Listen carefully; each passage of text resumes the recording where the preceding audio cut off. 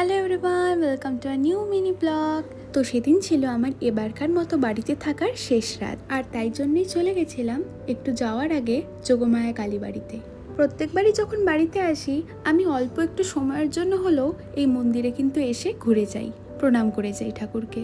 তাই এবারও চলে গেছিলাম। তারপর হঠাৎ করে দাদা রাত্রে বলল যে একটু কিছু খেতে বেরোবে, তাই এই এত রাত্রে আমি দাদা দিদি তিনজনে মিলে একটু খেতে বেরিয়ে গেছিলাম। সরি, শুধু তিনজন বললে কিন্তু ভুল হবে, সাথে কিন্তু আমাদের এই ভাও বাচ্চাগুলোও ছিল। এটা হচ্ছে আমাদের শিরো, আমার বাবার সবচেয়ে প্রিয়। এই বাচ্চাগুলো একদম জন্মের পর থেকেই আমাদের বাড়িতে আছে, আমাদের আদরে যত্নে আজকে ওরা এত বড় হয়ে গেছে।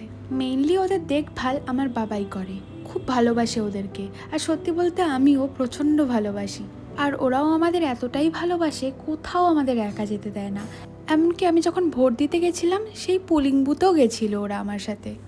তারপর যতক্ষণ আমি ওখানে ছিলাম ততক্ষণই আমার সাথে ছিল, আবার আমার সাথেই ফিরে এসেছে। তো যাই হোক, ফার্স্টে আমরা চলে গেছিলাম একটা দোকানে, সেখানে দাদা স্যান্ডউইচ নিয়ে নিয়েছিল।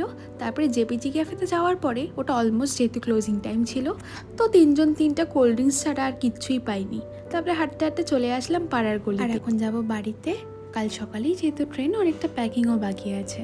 আজকের ভিডিওটা এই অবধি থাকলো। Thanks for watching, tata.